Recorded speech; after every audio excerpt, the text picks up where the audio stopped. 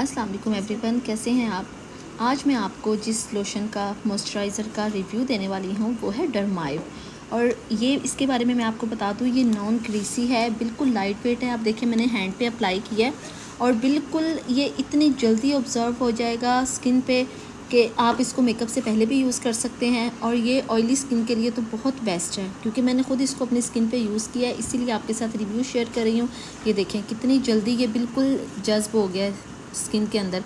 इसमें SFP जो है 20 है। और नेक्स्ट जिस प्रोडक्ट का मैं रिव्यू देने वाली हूँ वो भी है जन्ना फार्म का, और ये है हमारे पास पिंक क्ले मास्क।